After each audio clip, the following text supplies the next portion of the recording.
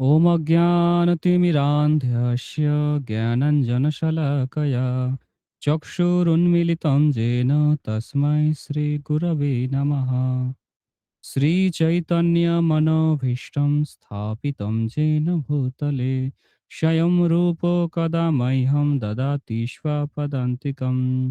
नमो ॐ विष्णुपादाय कृष्णपृष्ठाय भूतले श्रीमते भक्तिवेदान्तो स्वामिनिति नामिने।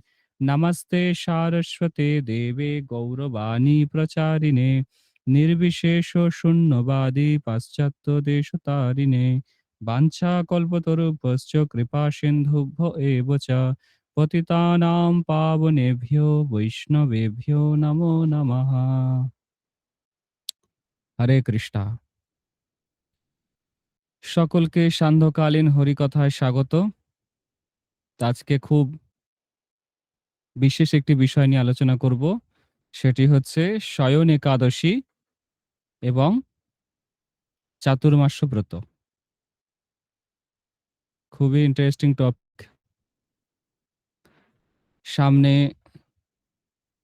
শয়ন একাদশী আসছে, 25 তারিখে শয়ন একাদশী রয়েছে আমাদের এখানে। তো এই শয়ন একাদশীটা খুব গুরুত্বপূর্ণ একটি একাদশী। এই শয়ন একাদশী থেকে আহ, একেবারে উত্থান একাদশী পর্যন্ত, কার্তিক মাসের উত্থান একাদশী পর্যন্ত এই 4 মাস সময়কে বলা হয় চাতুর্মাস্য ব্রত। হ্যাঁ, অর্থাৎ শ্রাবণ থেকে একেবারে কার্তিক। হ্যাঁ, শ্রাবণ, ভাদ্র, আশ্বিন, কার্তিক, 4 মাস। ঠিক আছে। তবে ইসকনের ভক্তরা এই যে গুরু পূর্ণিমা আসছে, শয়ন একাদশী পরে যে পূর্ণিমা আসে, গুরু পূর্ণিমা বলা হয় যেটাকে, এই গুরু পূর্ণিমা থেকে একেবারে রাস পূর্ণিমা পর্যন্ত যে 4 মাস, এই 4 মাস সময়কালে চাতুর্মাস্য ব্রত পালন করে থাকে আমাদের ইসকনের ভক্তরা। হ্যাঁ, যারা আমাদের ইসকনের ভক্তবর্গ আছে, তারা সকলে এই গুরু পূর্ণিমা থেকে রাস পূর্ণিমা এই চাতুর্মাস্য ব্রত করে। তবে অনেক ভক্ত আছে যারা একাদশী থেকে একাদশী করে, আবার অনেক ভক্ত আছে যারা সংক্রান্তি থেকে সংক্রান্তি করে। ঠিক আছে। তো এই সম্পর্কে বরাহ পুরাণে একটা খুব সুন্দর শ্লোক আছে।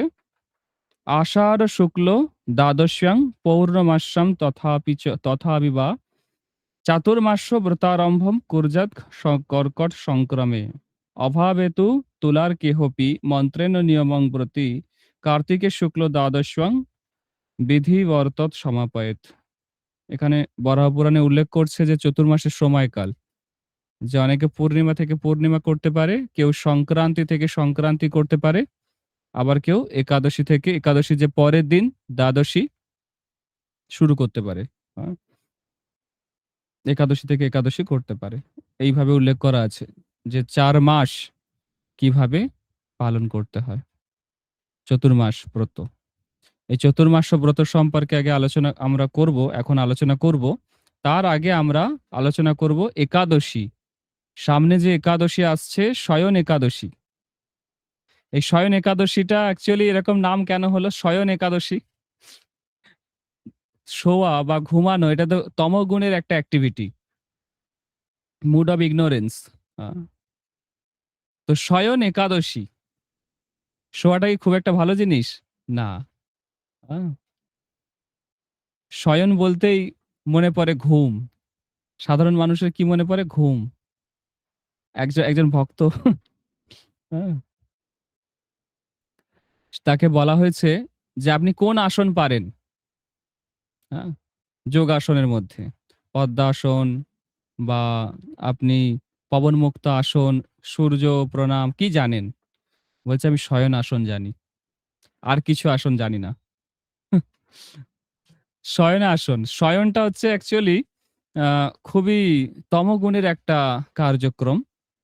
হ্যাঁ, কিন্তু এই শয়ন নাম দিয়ে একাদশী, শয়ন একাদশী, এর পিছনে কি উদ্দেশ্য আছে, কি কারণ আছে, একাদশীর নাম শয়ন কেন হলো? হুম, কারণ ভগবান বিষ্ণু যখন অদিতির পুত্র রূপে অর্থাৎ বামন দেব রূপে আবির্ভূত হয়েছিলেন, হ্যাঁ, তখন তিনি বলি মহারাজের যজ্ঞস্থলে গিয়েছিলেন এবং বলি মহারাজের অহংকার চূর্ণ করার জন্য ভগবান ত্রিপাদ ভূমি ভিক্ষা চেয়েছিলেন এবং বলি মহারাজ বলল, মাত্র ৩ পাদ ভূমি? তুমি এমন কিছু চাও যাতে তোমাকে আর কখনো ভিক্ষা করতে না হয়। তো ভগবান বামনদেব বললেন যে ব্রাহ্মণ মানে সে অল্পতে সন্তুষ্ট থাকবে সবসময়। ব্রাহ্মণের এটা সবথেকে প্রাইমারি একটা কোয়ালিটি যে সবসময় সে স্বল্পতে সন্তুষ্ট থাকবে। হ্যাঁ? বর্তমানে যে ব্রাহ্মণরা আছে তারা বড় লিস্ট দেয় যে অজান্তার জুতো লাগবে, কেশিপালের ছাতা লাগবে, হ্যাঁ, বড় একটা মাছ লাগবে, এই লাগবে, ওই লাগবে, সেই লাগবে, অনেক কিছু বড় বড় লিস্ট দেয়। কিন্তু যারা সত্যিকারের ব্রাহ্মণ তাদের কোনো রকম কোনো ডিমান্ড থাকে না, কোনো চাহিদা থাকে না। যজমান যতটুকু সেই ব্রাহ্মণকে দেবে সন্তুষ্ট হয়ে তাতেই ব্রাহ্মণ সন্তুষ্ট হয়। ব্রাহ্মণ সম্পর্কে শাস্ত্রে বলা হচ্ছে, ভাগবতে বলা হচ্ছে, চাষিরা ধান যে চাষ করে সেই ধান কেটে চাষিরা নিয়ে চলে যাবার পরে মাঠের মধ্যে যে ছুটকো ছাটকা কিছু ধান পড়ে থাকে সেগুলো ব্রাহ্মণ কুড়িয়ে নিয়ে এসে সেগুলো সে রন্ধন করে ভগবানকে ভোগ লাগিয়ে নিজে গ্রহণ করতে পারে। বুঝতে পেরেছেন? ব্রাহ্মণে এইরকম যোগ্যতার কথা শাস্ত্রে বর্ণনা করা আছে। আমি গত ক্লাসে একবার বলছিলাম যে আমাদের যে এই হাত আছে, হাতে ৫টা আঙুল আছে, প্রত্যেকটা আঙুলে ৩টে করে গাঁট আছে। ব্রাহ্মণ মানে সে যখন আহার করবে তার এই প্রথম গাঁটে শুধু অন্ন লাগবে, প্রসাদের এঁঠো লাগবে, দ্বিতীয় গাঁটে আসবে না। মানে এতটাই ব্রাহ্মণ জিতেন্দ্রিয় হয়, স্বল্পাহারী হয়, স্বল্পভাষী হয়, মিষ্টভাষী হয়, সদাচারী হয়, যে তারা যখন প্রসাদ গ্রহণ করে তাদের হাতের যে এই যে ৫টা আঙুল তার মধ্যে প্রথম আঙুলের যে ওপরে একদম টিপটা, একদম ওপরের যে শুধুমাত্র গাঁটটা, এইটা ব্যবহার হয়। এই এই গাঁটে নেমে আসে না এঁঠো। যারা ক্ষত্রিয় হয় তারা এই ওপরের ২টো গাঁট দিয়ে প্রসাদ পেতে পারে। যারা বৈশ্য হয় তারা আঙুলের ৩টে গাঁট ব্যবহার করে প্রসাদ পেতে পারে। আর শূদ্র মানে ওই চটকে চটকে খাওয়া, সবকিছু একেবারে ডালে ঝোলে অম্বলে মিক্স করে খায়। তো এটা বলার উদ্দেশ্য হচ্ছে ব্রাহ্মণ মানে হচ্ছে সে জিতেন্দ্রিয়। সে এতটাই কম আহার করে তার শুধু হাতের আঙুলের ওপরের গাঁটগুলো ব্যবহার হয়। বুঝতে পেরেছেন? তো বামনদেব বলি মহারাজকে বললেন যে ব্রাহ্মণ খুব অল্পতে সন্তুষ্ট হয়। যে ব্রাহ্মণ অল্পতে সন্তুষ্ট হয় না তাকে যদি ত্রিলোকাধিপতি বানিয়ে দেওয়া হয়, গোটা ব্রহ্মাণ্ডের মালিকও বানিয়ে দেওয়া হয়, তবুও সে সন্তুষ্ট হতে কখনো পারবে না। তো আমাকে তুমি ৩ পাদ ভূমি ভিক্ষা দাও। তখন বলি মহারাজ বললেন, আপনি একটু ভেবে দেখুন, একটু ভেবে দেখুন। আপনি আমার কাছে এসেছেন, আমি আপনাকে ত্রিলোক দান করতে পারি। মাত্র ৩ পাদ ভূমি চাইছেন। তখন বামনদেব বললেন যে রাজন, যদি সত্যি আপনার আমাকে দেওয়ার ইচ্ছা থাকে আপনি শপথ গ্রহণ করুন, সংকল্প নিন। তখন একটা কমণ্ডলু জল নিয়ে বলি মহারাজ সংকল্প নিলেন যে এই ব্রাহ্মণকে আমি তার ত্রিপাদ, তার যে চরণের যে মাপ সেই অনুযায়ী আমি ত্রিপাদ ভূমি ভিক্ষা দেব। যেই বললেন আর ভগবান বামনদেব তার বিশাল রূপ প্রকট করলেন, তার চরণটা ওপরের দিকে তুলে দিলেন এবং ওপরে যে ভূবরলোক, স্বর্গলোক, জনলোক, তপলোক, মহরলোক, সত্যলোক সব তিনি মেপে নিলেন। তারপরে আরেকটা পা তিনি অধোলোকের দিকে বাড়িয়ে দিলেন। নিচে অতল, বিতল, সুতল, তলাতল, মহাতল, রসাতল, পাতাল, পুরো ৭টা পাতাল তিনি মেপে নিলেন। তখন বলি মহারাজকে ভগবান বললেন, হে বলি, আমি আমার ৩য় পাটা কোথায় রাখবো? তখন বলি বললেন, ভগবান আমি আপনাকে দান করেছি তো আমি এখনো স্বয়ং জীবিত আছি। আপনি কৃপা করে আমার মাথার উপরে আপনার চরণ স্থাপন করুন। ভগবান বামনদেব তার তৃতীয় চরণটা কার মাথার উপর রাখলেন? বলি মহারাজের মাথার উপর রাখলেন। আর বলি মহারাজ যে এইভাবে ভগবানের কাছে শরণাগত হলো, তার জন্য ভগবান তাকে কি পুরস্কার দিলেন জানেন? ভগবান তাকে পুরস্কার দিলেন যে, হে বলি, তুমি ইন্দ্র হওয়ার জন্য অশ্বমেধের যজ্ঞ করছিলে, আর তুমি সমস্ত দেবলোকে আক্রমণ করে সমস্ত দেবতাদের তাড়িয়ে দিয়েছো। সেই জন্য আমার মা অদিতি, দেবতাদের মা, তিনি আমাকে তপস্যা করে লাভ করেছে। আমি তার কাছে প্রতিজ্ঞাবদ্ধ যে ইন্দ্রকে আমি সিংহাসন ফিরিয়ে দেব। কারণ শাস্ত্রে উল্লেখ আছে, ইন্দ্রারি ব্যাকুলং লোকে মৃরয়ন্তী যুগে যুগে। ইন্দ্রের ব্যাকুলতা দূর করার জন্য ভগবান নারায়ণ বারবার আবির্ভূত হন। তো বামনদেব স্বয়ং ইন্দ্রের বড় ভাই হিসাবে আবির্ভূত হয়ে বলি মহারাজকে দমন করে ইন্দ্রকে সিংহাসন ফিরিয়ে দিয়েছিল। তো বামনদেব বলিকে বললেন, বলি, তুমি যেহেতু আমার কাছে শরণাগত হয়েছ, আর তোমার যেহেতু ইচ্ছা ছিল তুমি ইন্দ্র হবে, তাই তোমাকে আমি আশীর্বাদ করছি, এর পরের কল্পে তুমি ইন্দ্র হবে। এবং তুমি যেহেতু ইন্দ্রের আসন লাভ করার চেষ্টা করেছো, স্বর্গে যত ঐশ্বর্য আছে তার থেকে 1000 গুণ বেশি ঐশ্বর্যযুক্ত একটি স্থান আমি তোমাকে দান করছি। সেটি হলো সুতল লোক। অতল, বিতল, সুতল। এই সুতল লোকে বলি মহারাজ আছে, এবং সেখানে স্বর্গে যা ঐশ্বর্য আছে তার থেকে 1000 গুণ বেশি ঐশ্বর্য আছে। আমরা কখনো আমাদের মাথা দিয়ে চিন্তা করতে পারবো না যে স্বর্গের ঐশ্বর্যটা কতটা। সেই স্বর্গের থেকে 1000 গুণ বেশি ঐশ্বর্য সুতল লোকে আছে, বলি বামন দেবের কৃপাতে বলি মহারাজ লাভ করেছে। এবং বলি মহারাজকে ভগবান বামনদেব বললেন, বলি, তুমি আমার কাছে শরণাগত হয়েছ, এই জন্য তোমাকে আমি আরো একটা উপহার দিচ্ছি, যে আমি স্বয়ং তোমার দারোয়ান হয়ে যাব। কি হয়ে যাব? তোমার সিকিউরিটি গার্ড, তোমার দারোয়ান। ত্রিলোকের কেউ তোমাকে কখনো আক্রমণ করতে পারবে না, পরাজিত করতে পারবে না। আমি সবসময় তোমাকে সর্বত্র, সবসময়, এবং সর্বক্ষণ তোমাকে আমি সুরক্ষা প্রদান করব। বুঝতে পেরেছেন? তো বলি মহারাজ সুতল লোকের রাজা হলেন, আর বামনদেব কি হলেন? বলি মহারাজের সিকিউরিটি গার্ড। এদিকে বৈকুণ্ঠে ভগবান নারায়ণ নেই, অনুপস্থিত। লক্ষ্মী দেবী নারায়ণ ছাড়া কি করে থাকবেন? বৈকুণ্ঠে শ্রীহীন হয়ে যাচ্ছে, স্বয়ং ভগবান নারায়ণ নেই। লক্ষ্মী দেবী বলি মহারাজের কাছে এলেন, এসে বলি মহারাজকে ভাই বলে ডাকলেন। কি বলে ডাকলেন? ভাই বলি।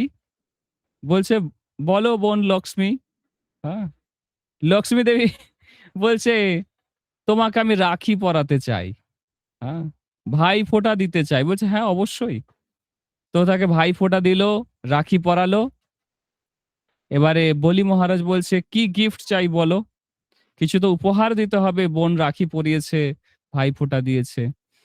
তো লক্ষ্মী দেবী তখন বলছে, তোমার জামাই বাবুকে ছেড়ে দাও, সে বৈকুণ্ঠ ত্যাগ করে সুতল লোকে এসে তোমাকে সুরক্ষা প্রদান করছে, ওদিকে বৈকুণ্ঠ তো পুরো খালি। তখন বামনদেব বললেন যে, আমি যেহেতু বলিকে কথা দিয়েছি, সেই জন্য আমি এটা কিছুতেই, মানে কি বলবো, কথা দিয়েছি মানে কথা রাখতে হবে, কথার খেলাপ করা যাবে না।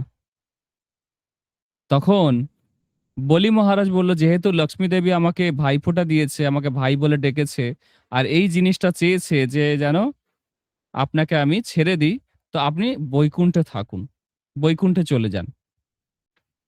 তখন ভগবান বললেন, নারায়ণ অর্থাৎ বামনদেব বললেন, ঠিক আছে বলি, আমি 8 মাস বৈকুণ্ঠে থাকবো, আর 4 মাস তোমার কাছে থাকবো। সবথেকে সিক্রেট কথা বলে দিলাম আপনাদেরকে আজকে।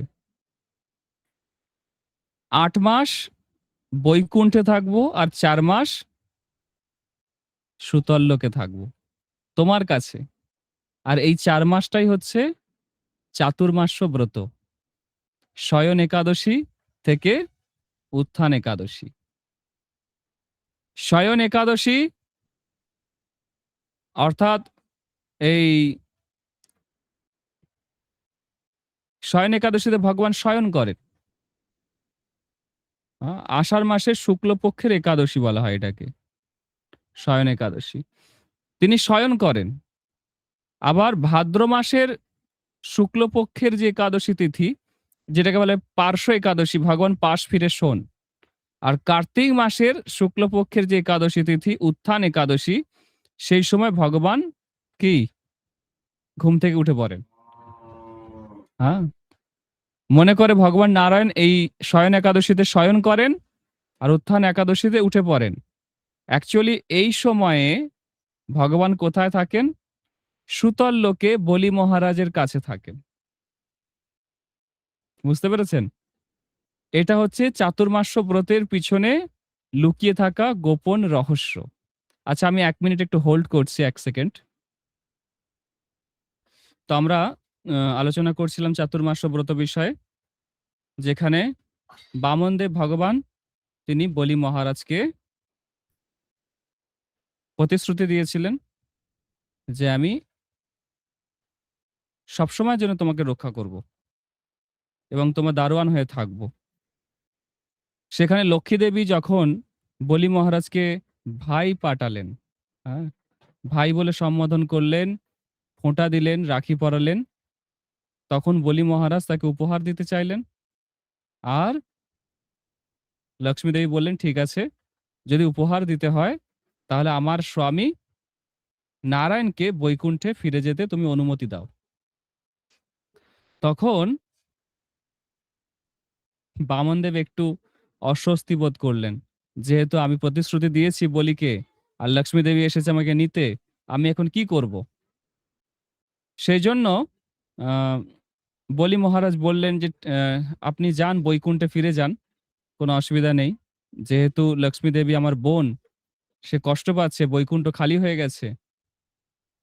তখন নারায়ণ স্বয়ং ভগবান বামনদেব বললেন, ঠিক আছে, আমি ৮ মাস বৈকুণ্ঠে থাকবো আর ৪ মাস সুতল লোকে থাকবো। জগতের মানুষ এই সময় চাতুর্মাস্য ব্রত করবে, শয়ন একাদশী থেকে উত্থান একাদশী পর্যন্ত।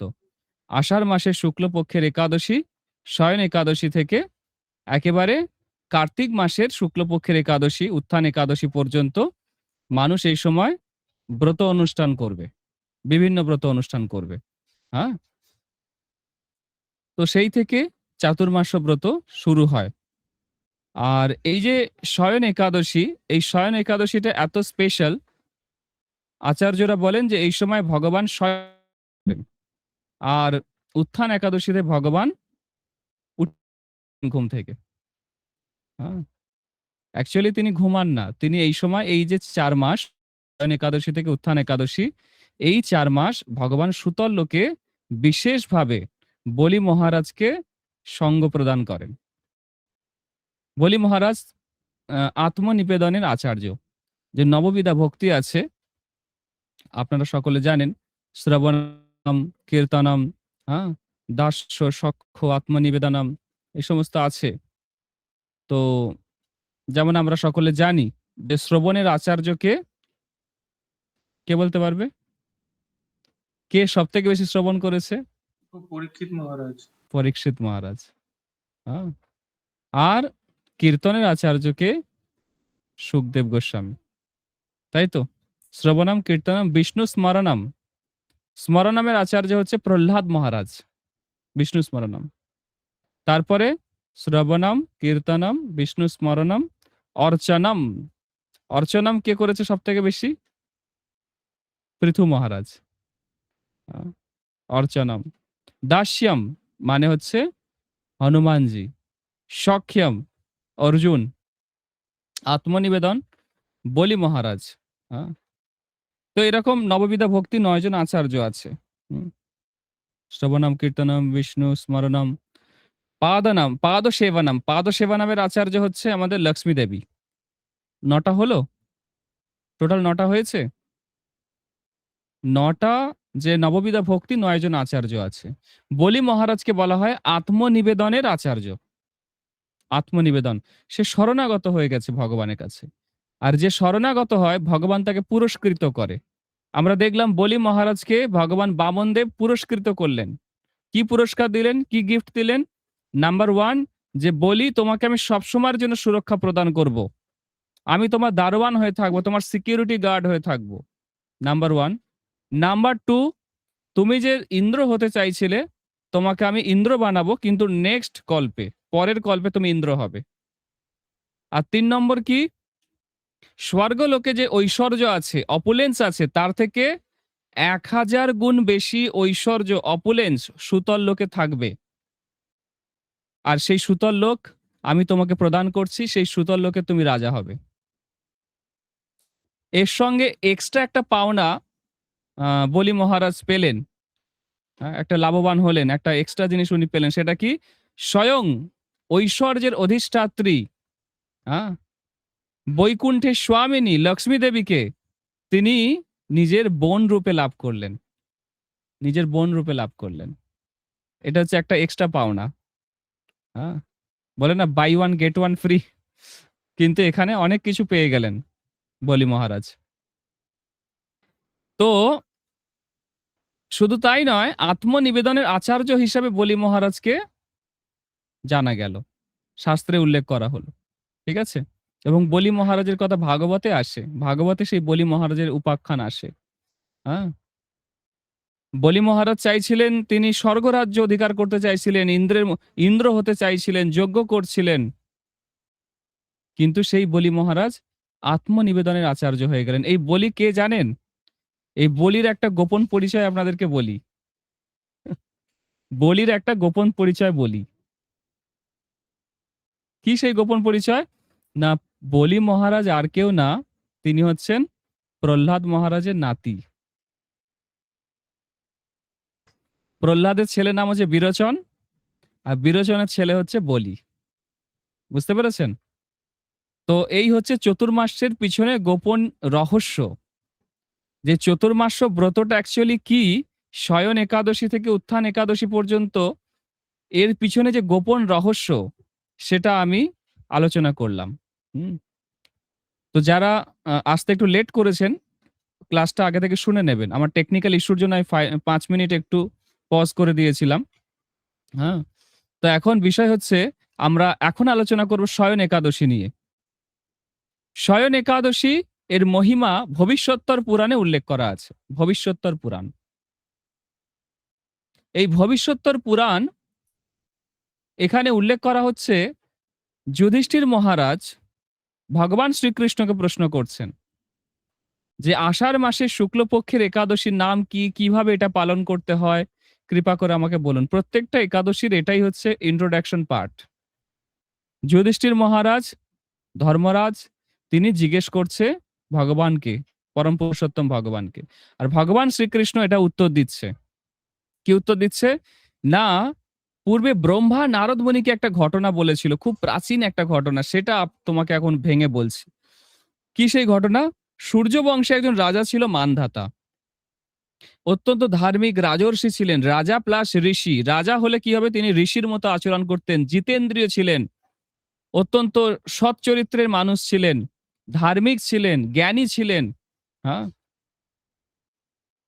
এবং মিষ্টভাষী ছিলেন। তো ওনার রাজত্বে কখনো কোনো দুর্ভিক্ষ হয়নি, মহামারী হয়নি, কেউ কোনো কষ্ট পায়নি, কোনো অঘটনে কারো মৃত্যু হয়নি, সবাই সুখী ছিল, সবাই আনন্দে ছিল। কিন্তু একটা সময় পরপর 3 বছর সেখানে বৃষ্টি হয়নি, প্রায় দুর্ভিক্ষের মতো একটা অবস্থা হয়ে যায়। মানুষ অনাহারে খাদ্যাভাবে মরতে শুরু করে। সেই সময় রাজ্যের প্রজারা রাজা মানধাতার কাছে যায়, গিয়ে বলে যে এখন আমরা কি করব, অন্নের অভাবে আমরা সবাই কি নষ্ট হয়ে যাচ্ছি, মারা যাচ্ছি, আপনি কিছু ব্যবস্থা করুন। তখন মহারাজ মানধাতা ব্রহ্মাকে প্রণাম করে জঙ্গলে যায়। জঙ্গলে অনেক ঋষিরা থাকে আশ্রম বানিয়ে।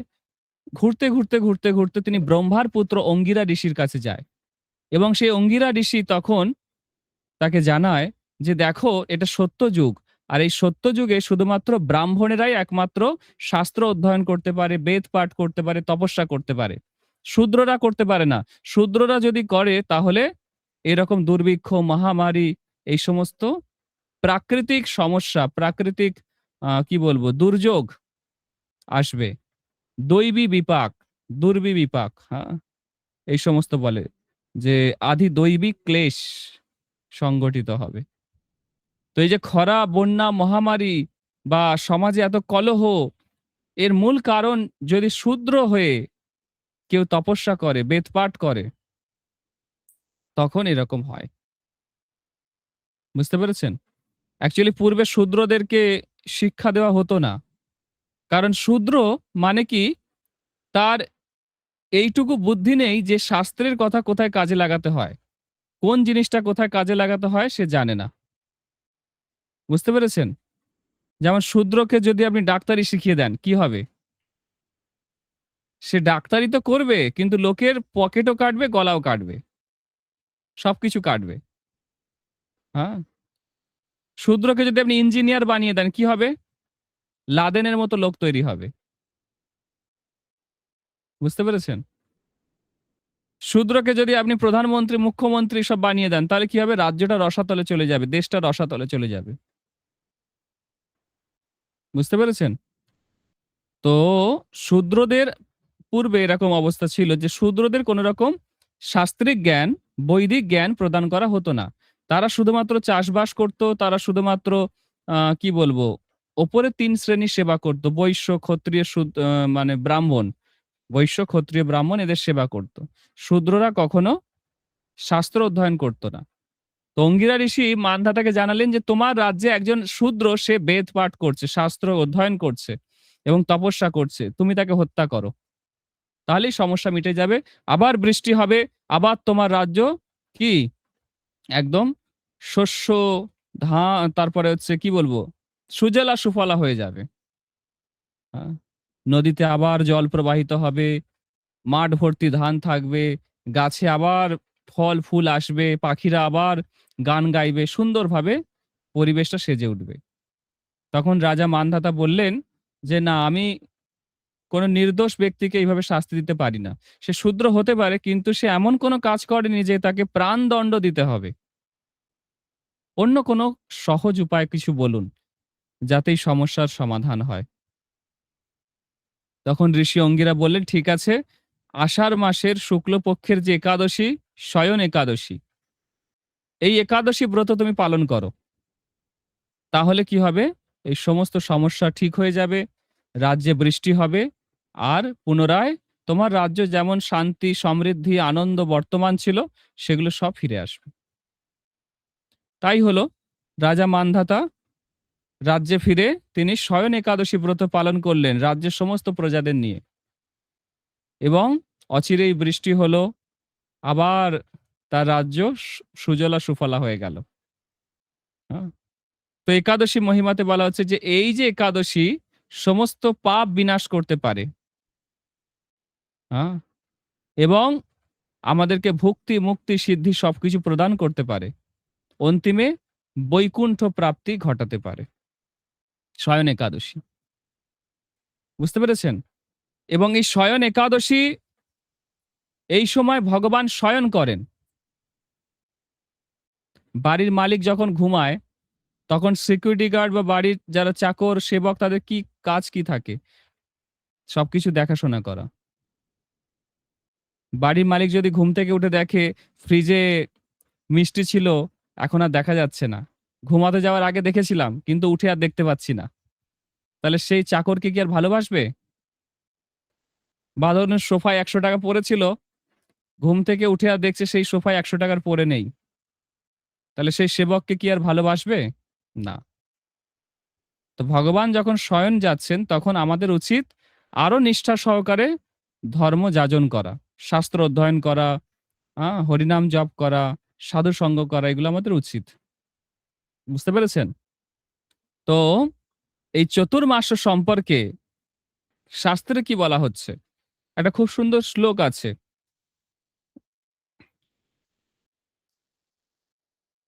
শ্লোকটা ভবিষ্য পুরাণে আছে। শ্লোকটা বলছে, যৌবিনা নিয়মং মর্ত ব্রতং বা জপ্পমেব বা চাতুর্মাস্যং নয়োর মূর্খ জীবন্নপি মৃত হিস। অর্থাৎ যে এই চতুর্মাস ব্রত পালন করে না, সে বেঁচে থাকতেও মৃত বলে তাকে ঘোষণা করা হয়। সে বেঁচে নেই। যে চতুর্মাস ব্রত পালন করে না তাকে বলা হয় মৃত। এই সময় যারা জব করে না, তপস্যা করে না, শাস্ত্র অধ্যয়ন করে না এবং ইন্দ্রিয় সংযম করে না, তাদেরকে মৃত বলে ঘোষণা করা হয়েছে শাস্ত্রে, ভবিষ্য পুরাণে। ঠিক আছে? ব্রহ্মা নারদ মুনিকে বলছেন এই সময় এই চাতুর্মাস্য ব্রত যদি কেউ পালন করে তার পরম গতি লাভ হয়, বৈকুণ্ঠ প্রাপ্তি হয়, কৃষ্ণ ভক্তি লাভ হয়। আর হরিভক্তি বিলাসে পঞ্চদশ বিলাস, আমি নোট ডাউন করে রেখেছি, হরিভক্তি বিলাসে পঞ্চদশ বিলাসে উল্লেখ করা হচ্ছে যদি কেউ এই চাতুর্মাস্য ব্রত পালন করে তবে তার কৃষ্ণ ভক্তি লাভ হয়, কৃষ্ণ প্রেম লাভ হয়। আমরা সকলে চেষ্টা করছি যাতে আমরা এই জীবনে কৃষ্ণের কাছে ফিরে যেতে পারি, কৃষ্ণ প্রেম লাভ করতে পারি, ভক্তি লাভ করতে পারি। তো তার জন্য ভগবান একটা সুযোগ দিয়েছে আমাদেরকে, এই চাতুর্মাস্য ব্রত, এই চাতুর্মাস্য ব্রত পালন করা। বুঝতে পেরেছেন? স্কন্দ পুরাণে একটা খুব সুন্দর শ্লোক আছে।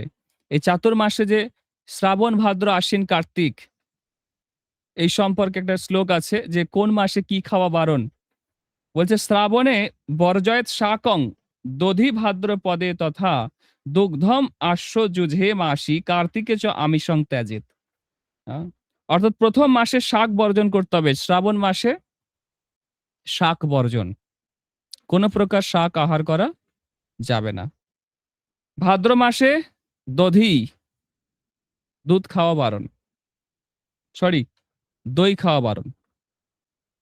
তারপরের মাসে আশ্বিন মাসে দুধ খাওয়া বারণ।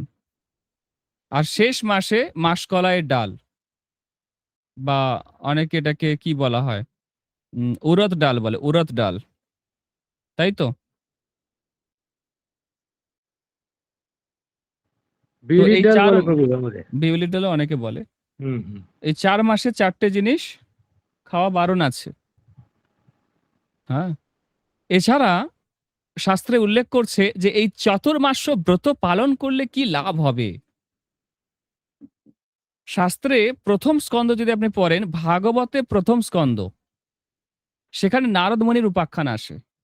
এই নারদ মুনি পূর্বজন্মে দাসীপুত্র ছিলেন। দাসীপুত্র মানে যেটাকে বলা হয় জারদ সন্তান, মানে যার কোনো পিতৃ পরিচয় নেই। বুঝতে পেরেছেন? নারদ মুনি নিজের মুখে বলছে তার শিষ্য ব্যাসদেবকে, কি বলছে, যে পূর্বজন্মে আমি এই চতুর্মাসের সময় কিছু সাধুর সেবা করেছিলাম, কিছু ভক্তর সেবা করেছিলাম, কিছু বৈষ্ণবের সেবা করেছিলাম, যার জন্য এই জন্মে আমি ব্রহ্মার মানসপুত্র নারদ হওয়ার সৌভাগ্য লাভ করেছি। নারদমণি কি করে নারদমণি হলেন? তার পূর্বজন্মের কি ইতিহাস? তার মা ছিল দাসী, একটা রাজার দাসী ছিল। এবং রাজ্যের সমস্ত মানে প্রাসাদের সমস্ত ওই দাসীরা যে সমস্ত কাজ টাজ করে, বাসন মাজা, পরিষ্কার পরিচ্ছন্ন করা, এই সমস্ত কাজ করতেন। সেই সময় সেই রাজ্যে কিছু সাধু আসে। সাধুরা এই ৪ মাস, যেহেতু কি বলবো, বর্ষাকাল, তো এই সময় কোথাও যায় না। এই চাতুর্মাস্য সময়কালে সাধুরা, বৈষ্ণবেরা কোথাও যায় না, একটা জায়গায় বসে ভজন সাধন করে, হরিনাম করে, সাধু সঙ্গ করে, শাস্ত্র অধ্যয়ন করে, নিজেদের ভক্তিটাকে বৃদ্ধি করার প্রচেষ্টা করে। তারা ভ্রমণ করে না এই সময়। তো কিছু সাধু সন্ত সেই রাজ্যে এসেছিলেন এবং সেই রাজ্যে এসে তারা অবস্থান করছিলেন। এবং সেই রাজা সেই দাসীকে দায়িত্ব দিয়েছিল যাতে এনাদের সেবা শুশ্রূষা করতে পারে, এনাদেরকে আনন্দ বিধান করতে পারে বা কিছু সন্তুষ্ট করতে পারে। যা কিছু দরকার সঙ্গে সঙ্গে এনে দেওয়া, এই সেবাগুলো ছিল।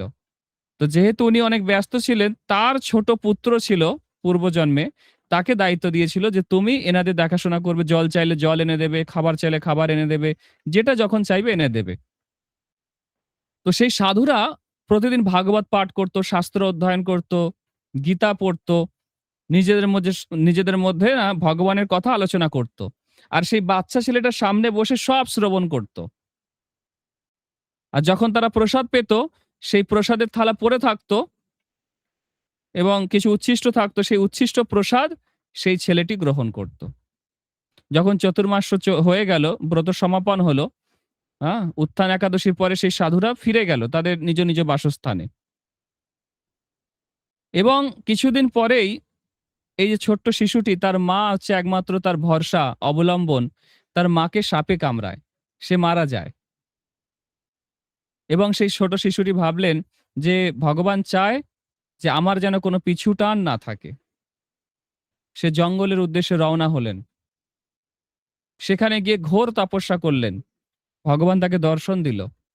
ভগবান বললেন, তুমি এই জন্মে আমাকে পাবে না, পরের জন্মে তুমি আমাকে লাভ করবে। তো সেই শিশুটি পরের জন্মে ব্রহ্মার মানসপুত্র নারদ হয়ে জন্মানোর সৌভাগ্য লাভ করলেন। যে নারদ মুনির নাম আমরা সবসময় করি, ভাগবতের প্রত্যেকটা জায়গায় নারদ মুনির নাম উল্লেখ আছে। এবং এই নারদ মুনি প্রহ্লাদকে ভক্ত বানিয়েছেন, ধ্রুব মহারাজকে ভক্ত বানিয়েছেন, মৃগারীকে ভক্ত বানিয়েছেন, দস্যু রত্নাকরকে বাল্মীকি বানিয়েছেন, দক্ষের 10,000 পুত্রকে ব্রহ্মচারী বানিয়ে দিয়েছে। এরকম প্রচুর লীলা আছে নারদ মুনি। নারদ মুনি শুদ্ধ ভক্ত ভগবানের, শান্ত রসের ভক্ত। তো এই চাতুর্মাস্য ব্রতের সময় তিনি সাধুর সেবা করেছিলেন, শাস্ত্র অধ্যয়ন করেছিলেন, শাস্ত্র শ্রবণ করেছিলেন, তাদের উচ্ছিষ্ট রেমিনেন্টস গ্রহণ করেছিলেন, এঁঠো প্রসাদ, মহামহাপ্রসাদ। এবং তার ফলে সে পরের জন্মে ব্রহ্মার পুত্র হওয়ার সৌভাগ্য লাভ করলেন। বুঝতে পেরেছেন? এই চাতুর্মাসের অনন্ত মহিমা আছে শাস্ত্রে এবং কিছু নিয়ম আছে এই চাতুর্মাস্য সময়কালে। বুঝতে পেরেছেন? তো এই চাতুর্মাস্য সময়কালে আপনারা কি কি করবেন, কি কি করবেন না, সেই বিষয়ে একটু আলোচনা করা যাক। কি কি করবেন না সেগুলো আগে শুনে নিন। প্রথমত, এই চতুর্মাস চলাকালীন সময়ে অনেক কিছু খেতে নেই। কি কি খেতে নেই? যারা আমিষ আহার করেন তারা আমিষ আহার করবেন না। নাম্বার 1 পয়েন্ট হচ্ছে, যারা আমিষ আহার করেন এই 4 মাস আপনারা নিরামিষ আহার করবেন। আর যারা নিরামিষ খান তারা ভগবানকে নিবেদন করে প্রসাদ পাবেন। আর যারা প্রসাদভোজী তাদের জন্য কিছু কঠোর নিয়ম আছে। কি নিয়ম? সবাই এটা পালন করতে পারেন। যেমন বেগুন, বরবটি, শিম, মূলো, পটল এগুলো এই মাসে পুরোপুরি বর্জন করতে হবে। সরিষার তেল, হ্যাঁ, এছাড়া হচ্ছে 2 বার সিদ্ধ করা চাল, এগুলো সব বর্জন করতে হবে। শুধুমাত্র আতপ চাল ব্যবহার করলে ভালো। ঠিক আছে? এছাড়া আপনারা কি করবেন এই 4 মাস? এই 4 মাস আপনারা অনেকে আছে যারা মাটিতে শয়ন করে, বিছানায় শোয় না। চাদর পেতে, মাদুর পেতে নিচে শয়ন করে। শাস্ত্রে এরকম নিয়ম আছে। হ্যাঁ? এছাড়া এই 4 মাস কি করতে পারেন? কোন রকম যৌন সঙ্গ করবেন না। যারা গৃহস্থ ভক্ত আছেন কোন রকম যৌন সঙ্গ করবেন না। আর যারা তো ব্রহ্মচারী তাদের তো কোনো প্রশ্নই নেই। আর অন্যান্য আশ্রমে বাকি ৩ টে আশ্রম যে রয়েছে, গৃহস্থ আশ্রম ছাড়া বাকি ৩ টে আশ্রম হচ্ছে ত্যাগের আশ্রম। বানপ্রস্থ আশ্রম, সন্ন্যাস এবং ব্রহ্মচারী। এদের তো কোনো সেরকম প্রশ্ন নেই এই বিষয়ে। গৃহস্থদের সুযোগ থাকে, কিন্তু গৃহস্থদের এই 4 টে মাস সংযমী থাকতে হবে। জিতেন্দ্রিয়র মতো আচরণ করতে হবে। ইন্দ্রিয় সংযম রাখতে হবে। ঠিক আছে? এছাড়া কি করতে হবে? কোন রকম ক্ষৌর কর্ম করা যাবে না। তবে প্রভুপাদ এটা বলেছে যে যারা প্রচার করেন আপনারা সেভিং করবেন, দাড়ি গোঁফ কাটবেন, চুল কাটবেন, নখ কাটবেন। কিন্তু অনেকে আছে এই 4 মাস চুল, দাড়ি, নখ কিছুই কাটেন না। আছে, অনেকে আছে। কিন্তু প্রভুপাদ এটা আমাদের পারমিশন দিয়েছে আমরা যেন চুল দাড়িটা অবশ্যই কাটি। ঠিক আছে? এছাড়া আপনারা কি করবেন? এই যে 4 মাস আ মানে আর কি করবেন না, সরি, আর কি করবেন না। এই 4 মাস আ যারা নেশা করেন, নেশা করবেন না কোন রকম। তারপরে যে 4 টে নিয়ম আছে সেগুলো পালন করার চেষ্টা করবেন। ঠিক আছে? এই 4 মাস কোথাও যাবেন না, কারোর বাড়ির নেমন্তন্ন গ্রহণ করবেন না। নিমন্ত্রণ করলে সেখানে কিছু খাবেন না। ঠিক আছে? এছাড়া আর কি করতে আর কি করা বারণ আছে এই 4 মাস? পরনিন্দা, পরচর্চা করবেন না। তারপর হচ্ছে অসৎ শাস্ত্র পাঠ করবেন না। মানে হচ্ছে অসৎ শাস্ত্র মানে হচ্ছে গীতা, ভাগবত, চৈতন্য চরিতামৃত বা প্রভুপাদের যে সমস্ত গ্রন্থ আছে, ঈশোপনিষদ, উপদেশামৃত বা ভক্তিরসামৃত, সিন্ধু, কুন্তী মহারানীর শিক্ষা, মহাপ্রভুর শিক্ষা, প্রহ্লাদ মহারাজের শিক্ষা, কৃষ্ণ ভাবনামৃত, এই সমস্ত গ্রন্থগুলো ছাড়া অন্য কোনো কিছু পাঠ করা। হ্যাঁ? কারোর মনে হলো কেউ হয়তো একটু খুলে মানে বই খুলে কোনো একটা অন্য কিছু পড়তে শুরু করে দিল। আ দেবী চণ্ডী হয়তো পড়তে শুরু করে দিল। হুম? আ হয়তো কেউ এরকম আ অন্য কিছু অসৎ শাস্ত্র যেগুলোকে বলা হয় সেগুলো পাঠ করছে। সেগুলো উচিত না। কোন খবরের কাগজ পড়া, টেলিভিশন দেখা, এইগুলো উচিত নয় এই ৪ মাস। ঠিক আছে? এছাড়া এই ৪ মাস কি করবেন? এই ৪ মাস তো বলে দেওয়া হলো ১ম মাসে শাক বর্জন করতে হবে। শাক খাওয়া যাবে না। কোন প্রকার শাক খাওয়া যাবে না। ঠিক আছে? ২য় মাসে বলে দেওয়া হলো, হ্যাঁ? যে দধি অর্থাৎ দই বর্জন করতে হবে। ৩য় মাসে দুধ বর্জন করতে হবে। দুধ খাওয়া যাবে না। ৪র্থ মাসে মাসকলাইয়ের ডাল বা বিউলির ডাল খাওয়া যাবে না। এগুলো বলে দেওয়া হয়েছে। এছাড়া আপনারা কি করবেন? এই যে ৪ মাসের যে একাদশীগুলো আছে, সেগুলো আপনারা নির্জলা করতে পারেন বা আপনারা ফল খেয়ে করতে পারেন।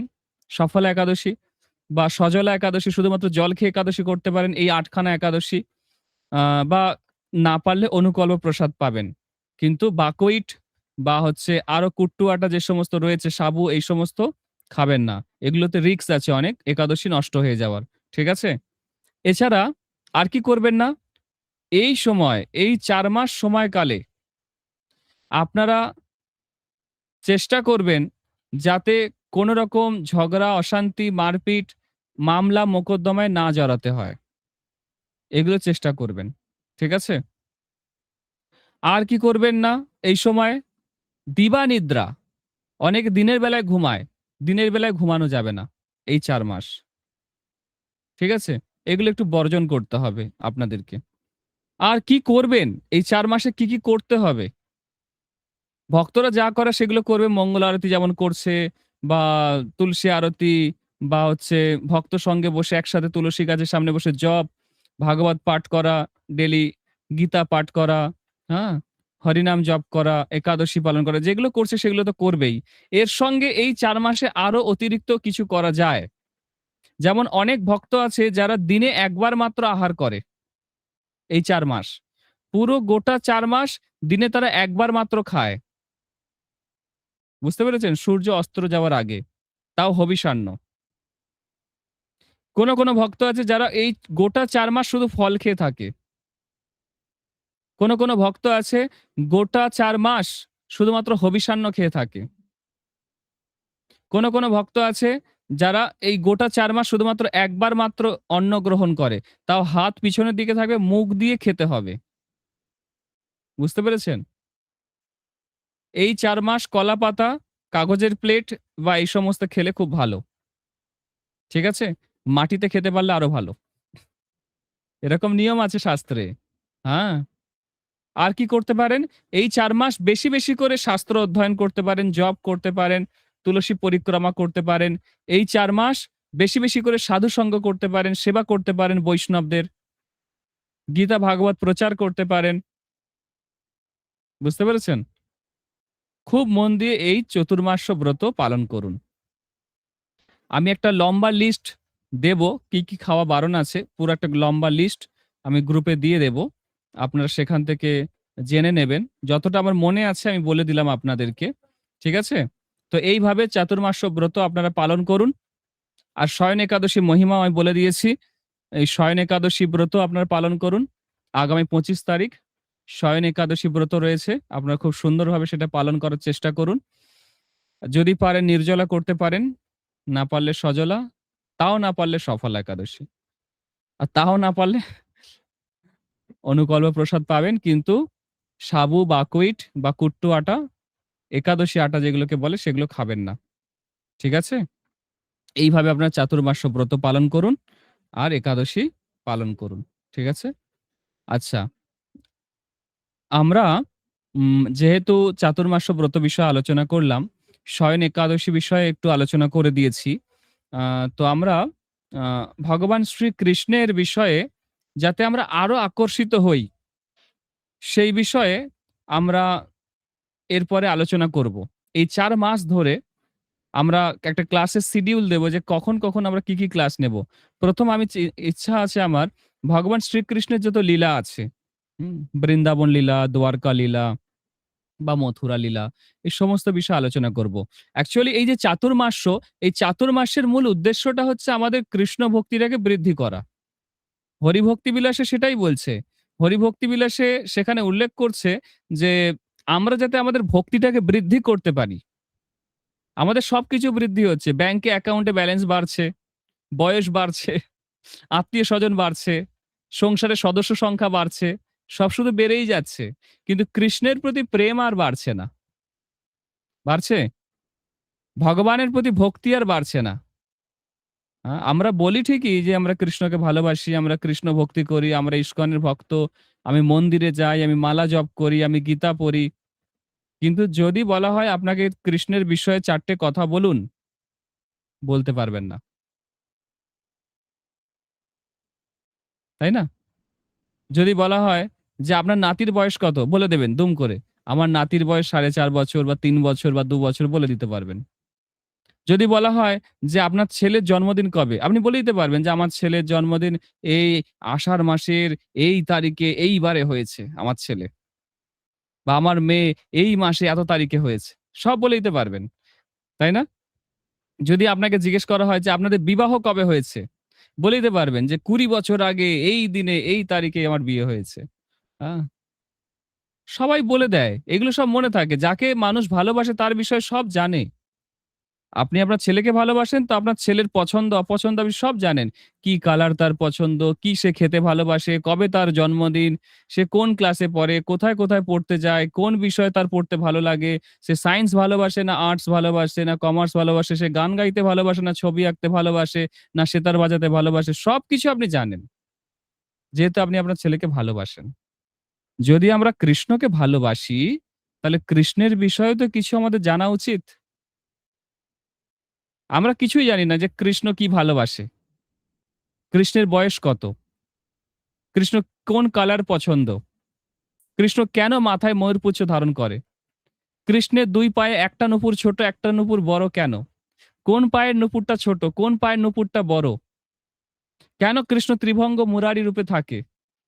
কেন কৃষ্ণের হ্যাঁ, মা কৃষ্ণ কেন বাঁশি বাজায়? অন্য কেন ইন্সট্রুমেন্ট কেন নয়? কৃষ্ণ তো তবলা বাজাতে পারত, সেতার বাজাতে পারত, কৃষ্ণ তো কোন হারমোনিয়াম বাজাতে পারত, বীণা বাজাতে পারত। কৃষ্ণ কেন বাঁশি বাজায়? এর পিছনে কি কারণ আছে? হ্যাঁ? কেউ জানে না। হ্যাঁ? সেগুলো জানতে হবে। সেগুলো আমরা আলোচনা করব। বুঝতে পেরেছেন? কৃষ্ণের বিষয়ে ডিটেইলস এ সব আলোচনা করব আমরা। যতটা আমরা শাস্ত্র থেকে পাই। যদি আপনি কৃষ্ণকে ভালোবাসতে চাইছেন, কৃষ্ণের বিষয়ে জানতে হবে। না জানলে আপনি কৃষ্ণকে কি করে ভালোবাসবেন? যদি আপনি কুমার শানুর বিষয়ে শুনছেন, তো কুমার শানুকে ভালোবাসবেন। যদি আপনি আ কিশোর কুমারের বিষয়ে শুনছেন, তো কিশোর কুমারকে ভালোবাসবেন। যার বিষয়ে শুনছেন তার প্রতি আপনি আকর্ষিত হবেন। ভগবানের বিষয়ে যত শুনবেন ভগবানের প্রতি আকর্ষিত হবেন। তাই না? যদি আপনাকে এখন জিজ্ঞেস করা হয়, বলুন তো কৃষ্ণের বয়স কত? বলতে পারবেন? কে বলতে পারবে? একটু হাত তুলুন দেখি। কে বলতে পারবে? কৃষ্ণের বয়স কত? প্রভু শুনেছি ৫,০০০ বছর আগেকারের ঘটনা, অতএব সেটাই মনে হয়। কৃষ্ণ তো অপ্রকট হয়ে গেছে। ৫,০০০ বয়স কি করে হবে? সেটাই তো বলছি, ১২৫ বছর বয়সে ভগবান অপ্রকট হয়ে গেছে। অপ্রকট হয়ে গেছেন। কৃষ্ণের একটা এটার্নাল বয়স আছে, নিত্য বয়স। নবকিশোর। গোলক নব বৃন্দাবনে ওই বয়সেই তিনি অবস্থান করেন। হ্যাঁ? কৃষ্ণের নিত্য বয়স হচ্ছে ১৫ বছর ৯ মাস ৭.৫ দিন। মনে থাকবে? ১৫ বছর ৯ মাস ৭.৫ দিন। এটা হচ্ছে কৃষ্ণের নিত্য বয়স। এর থেকে এক দণ্ড সময় বাড়ে না, কৃষ্ণের বয়স কমেও না। বুঝতে পেরেছেন? গণেশবাবু মিউট করুন, কোয়েশ্চেন থাকলে লাস্টে নেব কোয়েশ্চেন। এটা হচ্ছে কৃষ্ণের বয়স। হ্যাঁ, কৃষ্ণের কোন কোন বডির কোন কোন অংশে কি কি চিহ্ন আছে, কৃষ্ণের হাতের কালার কি, কৃষ্ণের পায়ের তলার কালার কি, কৃষ্ণের ভুরু এবং চোখের মাঝখানে কালার কি, কৃষ্ণের বডির কমপ্লেকশন কি, সেগুলো জানতে হবে সব। তবে কৃষ্ণ সম্পর্কে আপনি আকর্ষিত হবেন। বুঝতে পেরেছেন? হ্যাঁ, আপনারা জানেন না যে ভাগবতের প্রথমেই উল্লেখ করা হচ্ছে যে সুখদেব গোস্বামী যখন জন্ম হলো ব্যাসদেবের পুত্র রূপে, তার পিছনে অনেক ঘটনা আছে, কখনো পরে বলবো। সে প্রথমে নিরাকার ব্রহ্মের উপাসক রূপে হ্যাঁ, তিনি জঙ্গলে চলে গেলেন উলঙ্গ অবস্থায় 16 বছর বয়সে। মায়ের গর্ভ থেকে বেরোলেন উলঙ্গ অবস্থায় 16 বছর বয়সে। আমরা তো কত ছোট বেরিয়েছি, কিন্তু 16 বছর বয়স একটা যুবক, সে মাতৃগর্ভ থেকে প্রকট হলো। তার পিছনে অনেক ইতিহাস আছে, সে কখনো আমি আলোচনা করব। তারপরে যখন ব্যাসদেব ভগবানের রূপের কিছু বর্ণনা শোনালেন, ভগবানের কিছু রূপের বর্ণনা কিছু কাঠুরিয়াদের, তার শিষ্যদের শেখালেন। তার শিষ্যরা গেল জঙ্গলে কাঠুরিয়া ছদ্মবেশে, এবং সেখানে কাঠ কাটতে কাটতে ভগবানের রূপের বর্ণনা বললেন। যে কৃষ্ণের চোখের পাতাগুলো হলো একদম পদ্ম ফুলে পাপড়ির মতো, কৃষ্ণের মাথায় ময়ূরপুচ্ছ আছে, গলায় বনমালা আছে। হ্যাঁ, এত সুন্দর রূপের বর্ণনা দিলেন যে বিমোহিত হয়ে গেল। এবং তখন সুখদেব গোস্বামী বলছে, কে কে সেই পুরুষটা এত সুন্দর দেখতে? বলছে সে হচ্ছে কৃষ্ণ। আর আমরা তো দুটো শ্লোক জানি, এরকম 18,000 শ্লোক জানে তোমার বাবা, চলো তুমি তার ঘরে ফিরে চলো, বলে সুখদেব গোস্বামীকে ফিরিয়ে নিয়ে এলেন। এবং তার বাবা ব্যাসদেবের থেকে তিনি পুরো ভাগবত শ্রবণ করলেন কৃষ্ণের বিষয়ে। পরবর্তীকালে উনি পরীক্ষিত মহারাজকে শুনিয়েছিলেন। তো কৃষ্ণের রূপের বর্ণনা শুনতে হবে, কৃষ্ণের গুণ, কৃষ্ণের বৈশিষ্ট্য, কৃষ্ণের যারা অ্যাসোসিয়েটস পার্শ্বদ, তাদের বিষয়ে জানতে হবে। রাধারানীর বয়স কত? রাধারানীর বয়স হচ্ছে 14 বছর 2 মাস 15 দিন। মনে থাকবে? 14 বছর 2 মাস 15 দিন। কৃষ্ণের শরীরের কিছু অংশ পিঙ্কিস, মানে একটু গোলাপি। কৃষ্ণের পায়ের তলার অংশ, কৃষ্ণের হাতের অংশ, মানে কি বলবো, হাতের করকমল, কৃষ্ণের লিপস, কৃষ্ণের নাভি, এবং কৃষ্ণের মানে আইব্রু, মানে ভ্রু এবং চোখের পাতার নিচের অংশটা পিঙ্ক কালার। এবং কৃষ্ণের বডি কমপ্লেকশন কেমন? বলছে তমাল গাছের যে গায়ের রং সেরকম। বুঝতে পেরেছেন? ঘনশ্যাম। হ্যাঁ, খুব সুন্দর বর্ণনা করছে আমাদের ব্রহ্মা। বেনুং কনন্ত মরবিন্দ দলায় তাকসং।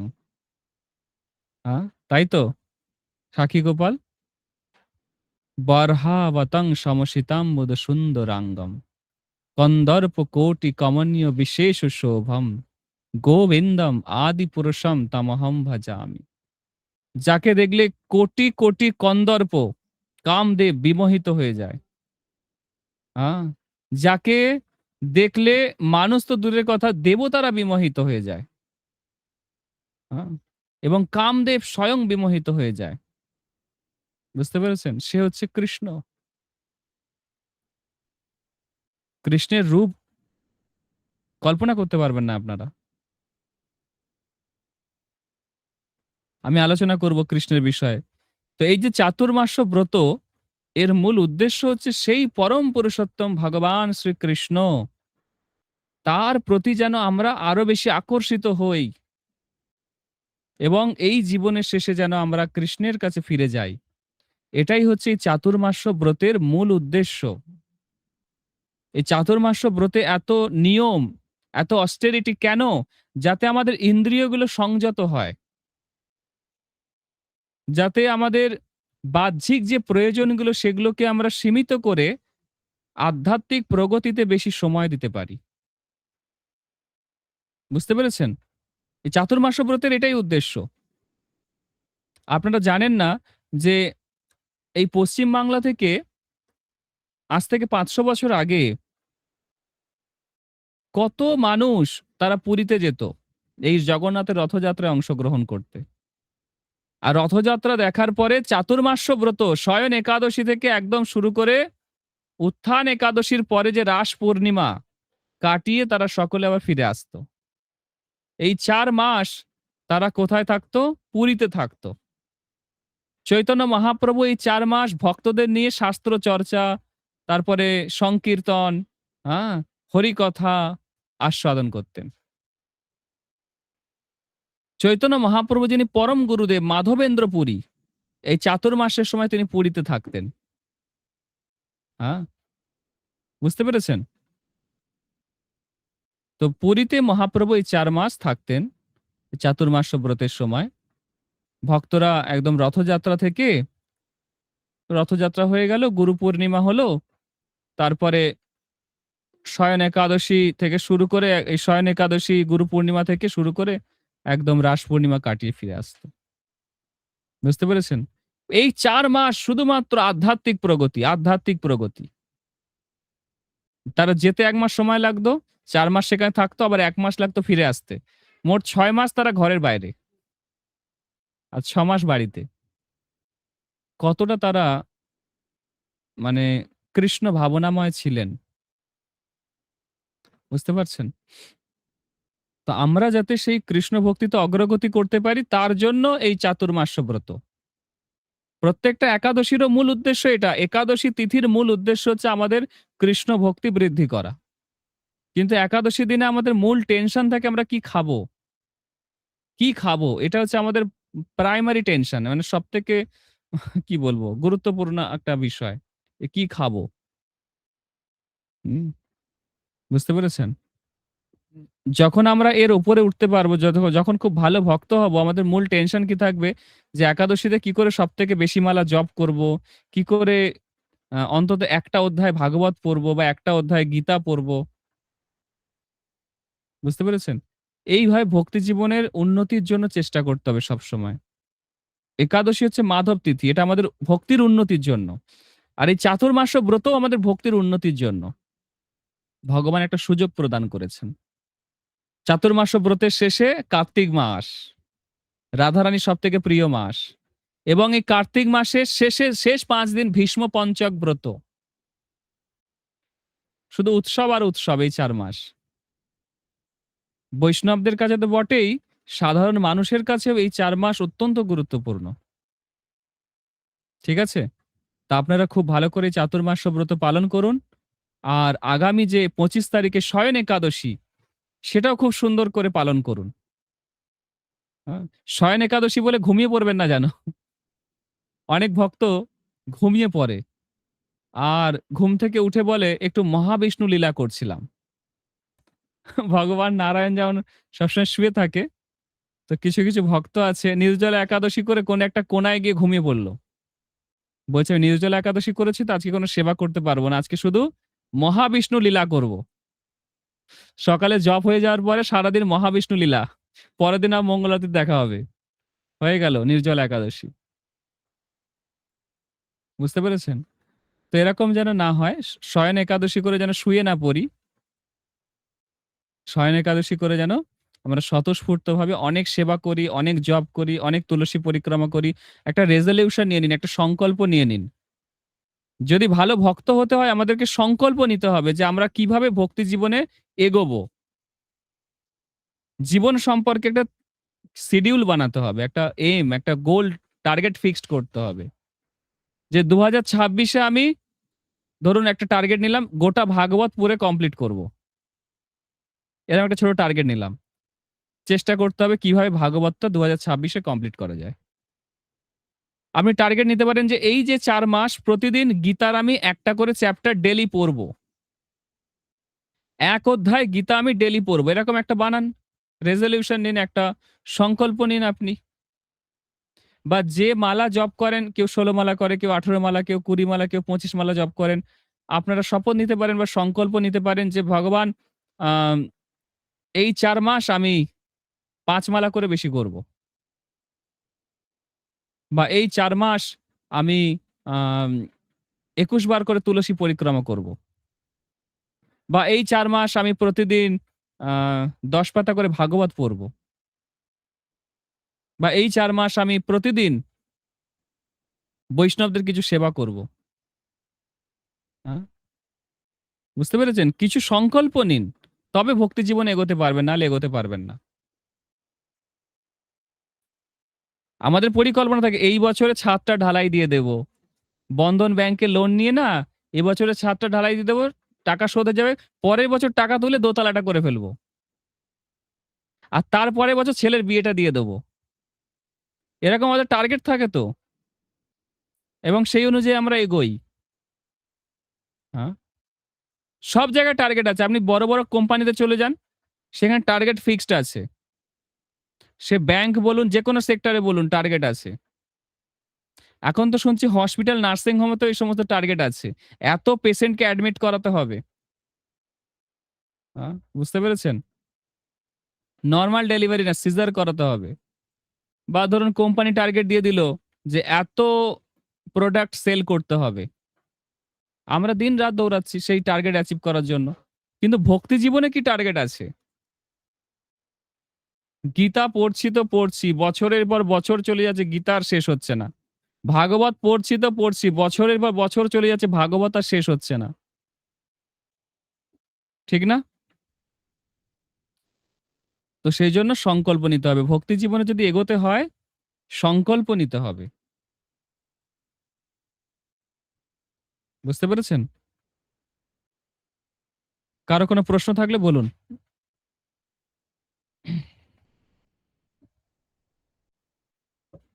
কারো কোনো প্রশ্ন আছে?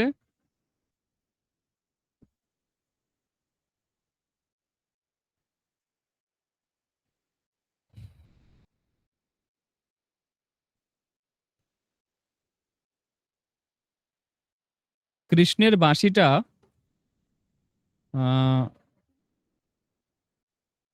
কেন ভগবান বাঁশি ব্যবহার করে? সেতার, বীণা, হারমোনিয়াম কেন নয়?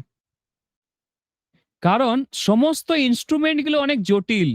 আপনি বীণা বলুন, আপনি সেতার বলুন, আপনি সরোদ বলুন, আপনি হারমোনিয়াম, তবলা, মৃদঙ্গ, একটা জটিল একটা বিষয় আছে ভেতরে।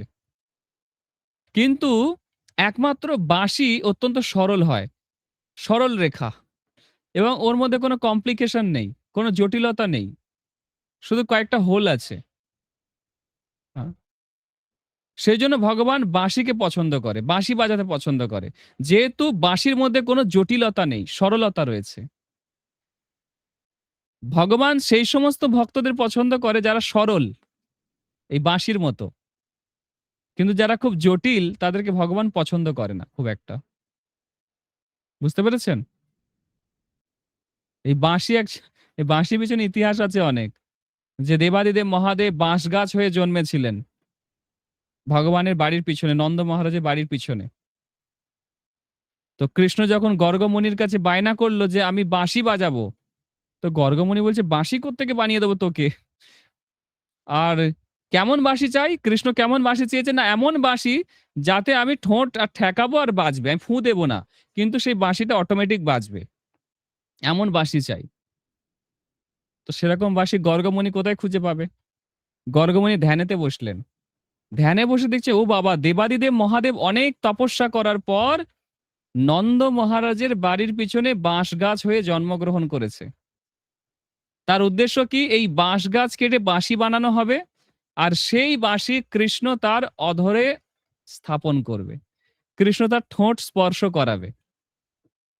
কৃষ্ণের ঠোঁটের স্পর্শ পাওয়ার জন্য দেবাদিদেব মহাদেব বাঁশ গাছ হয়ে জন্মগ্রহণ করেছিলেন নন্দ মহারাজের বাড়ির পিছনে। আ ভীষণ আশ্চর্যের বিষয়। আ আমি বলছিলাম না কৃষ্ণের একটা পায়ের নূপুর ছোট, একটা পায়ের নূপুর বড়।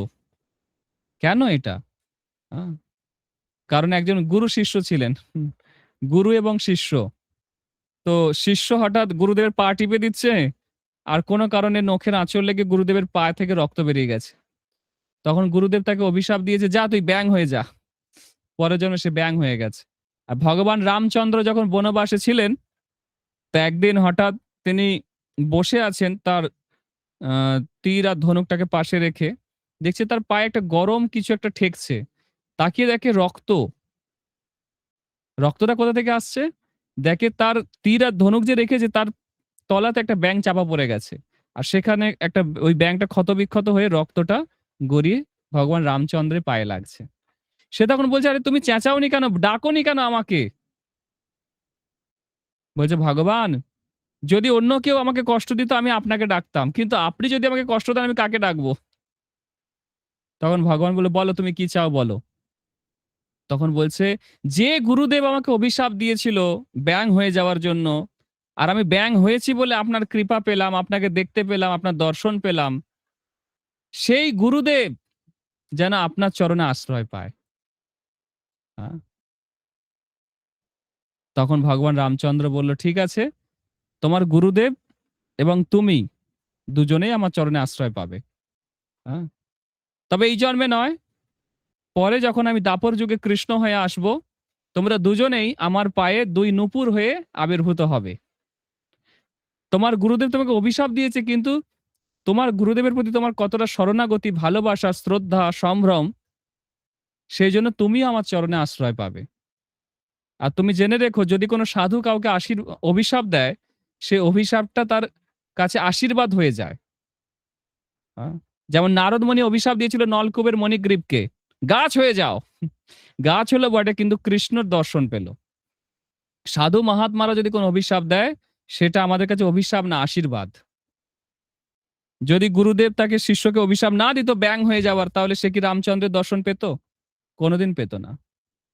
যদি অহল্যাকে গৌতম মুনি অভিশাপ না দিত, তাহলে অহল্যা কি কোনোদিন রামচন্দ্রের চরণের স্পর্শ পেত? পেত না। হ্যাঁ? সাধুদের অভিশাপ কখনো ব্যর্থ হয় না। সাধুদের অভিশাপটাই আশীর্বাদ। বুঝতে পেরেছেন? কালিয়নাগ পূর্বজন্মে রাজা ছিল, ধর্মধ্বজ। তাকে অভিশাপ দিয়েছিল একজন সাধু, যাও গে সাপ হয়ে যাও। কিন্তু তোকে উদ্ধার করবে স্বয়ং কৃষ্ণ। কৃষ্ণ এসে তার মাথায় চরণ রাখলেন। সে যদি সাপ না হতো, কৃষ্ণকে কত যোগী ঋষি তপস্যা করে কোটি কোটি জন্ম পরে ভগবানকে দেখতে পায় না, ব্রহ্মা শিব দেখতে পায় না, আর সে সাপ হয়ে গেল, আর ভগবান এসে তার মাথাতে চরণ স্থাপন করলো। ভাবুন তো, কত বড় সৌভাগ্য কালিয়র। হ্যাঁ? সাধুর অভিশাপ কখনো ব্যর্থ হয় না। বুঝতে পেরেছেন?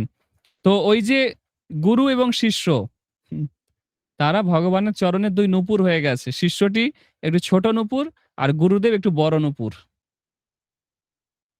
বুঝতে পেরেছেন? দুই পায়ে দুই নূপুর হয়ে গুরু শিষ্য রয়েছে। হ্যাঁ? কৃষ্ণ কেন ত্রিভঙ্গ মুরারি? কেন বেঁকে রয়েছে? ঘাটটা বেঁকে আছে, কোমরটা বেঁকে আছে, পাটাও বেঁকে আছে। তিনটে দিক, তিনটে জায়গা ভাঙা, সেই জন্য কৃষ্ণের নাম ত্রিভঙ্গ মুরারি। কেন ভগবান বেঁকে আছে? যখন মাথার উপর অনেক বোঝা নেয় মানুষ, তখন একটু বেঁকে যায়, ঝুঁকে যায়। তো কৃষ্ণ এরকম বেঁকে গেছে, ঝুঁকে গেছে কেন? কারণ ভক্তের ভক্তিটা তার কাছে এত মাথার উপর চেপে গেছে যে সে বেঁকে গেছে। এটা আমার কথা না, আচার্যরা এরকম বলছে যে ভক্তরা তাকে এত ভালোবাসে, ভক্তদেরকে তিনি মাথায় রাখেন, এত চাপ, চাপে সে বেঁকে গেছে। এরকম আচার্যরা বলছে, আমার কথা নয় এটা। তারও অনেক কিছু আপনাদের সঙ্গে আমি আলোচনা করব কৃষ্ণের বিষয়ে। হ্যাঁ? কৃষ্ণের রূপ, কৃষ্ণের গুণ, কৃষ্ণের লীলা, কৃষ্ণের বৈশিষ্ট্য, কৃষ্ণের পার্ষদ, সব বিষয়ে আমরা আলোচনা করব ধীরে ধীরে, একটু একটু করে। এই চাতুর্মাস্য ব্রত চলাকালীন আমি প্রথমে কৃষ্ণের বৃন্দাবন লীলা, তারপরে কৃষ্ণের মথুরা লীলা, তারপরে কৃষ্ণের দ্বারকা লীলা। 11 বছর 8 মাস কৃষ্ণ বৃন্দাবনে ছিলেন, সেই বৃন্দাবন লীলা। তারপরে কৃষ্ণ 13 বছরের বেশি সময় মথুরাতে ছিলেন, সেইখানে আমরা আলোচনা করব কিভাবে উগ্রসেন এবং তার পুত্র কংস, হ্যাঁ, উগ্রসেন এবং পদ্মাবতীর যে পুত্র, অ্যাকচুয়ালি উগ্রসেন না, দ্রুমিল একটা অসুর ছিল, তার পুত্র ছিল কংস। তো কংস কিভাবে জন্ম নিল, কংস কিভাবে এরকম আসরিক স্বভাব হলো, সবাই জানে উগ্রসেনের পুত্র, কিন্তু উগ্রসেন এত সৎ চরিত্রের মানুষ, কংস কেন এত দুশ্চরিত্র সেটা আমরা জানবো। কংসকে কি কৃষ্ণ কিভাবে মারলো মথুরাতে এসে, হ্যাঁ, কিভাবে দ্বারকায় কৃষ্ণ পৌঁছালো, সেখানে সবার সমস্ত রাজমহিষীদের সঙ্গে কৃষ্ণ কিভাবে লীলাবিলাস করতেন, এবং অবশেষে কৃষ্ণের বৃন্দাবনের কথা মনে পড়তো। হ্যাঁ, নববৃন্দাবন বিশ্বকর্মাকে দিয়ে ব্রহ্মা বানায় দ্বারকার পাশে। হ্যাঁ, এবং সেখানে কৃষ্ণ আহ দেখে যে মা যশোদা, নন্দ বাবা সবার রেপ্লিকা সেখানে ছিল। যমুনা মনে করে যে এই স- সমুদ্রটাকে যমুনা মনে করে এগিয়ে গেছে, দেখছে ঢেউ আসছে, তখন তার জ্ঞান ফিরেছে। সমস্ত লীলা আমি আলোচনা করবো এইসব কৃষ্ণের ফুল পাস্ট টাইম, যতগুলো ভাগবতে 90টা মতো চ্যাপ্টার আছে কৃষ্ণ লীলার বিষয়ে, হ্যাঁ, দশম স্কন্ধে, সমস্ত এগুলো আমরা আলোচনা করব ধীরে ধীরে। তার জন্য আপনারা একটু ধৈর্য রাখুন, এবং আগামীকাল থেকে আমরা কৃষ্ণের লীলা শুরু করব। ভগবান শ্রীকৃষ্ণের দিব্য মহিমা, দিব্য লীলা আমরা আলোচনা করব। ঠিক আছে? হরে কৃষ্ণ কৃষ্ণ কৃষ্ণ হরে হরে, হরে রাম রাম রাম হরে হরে।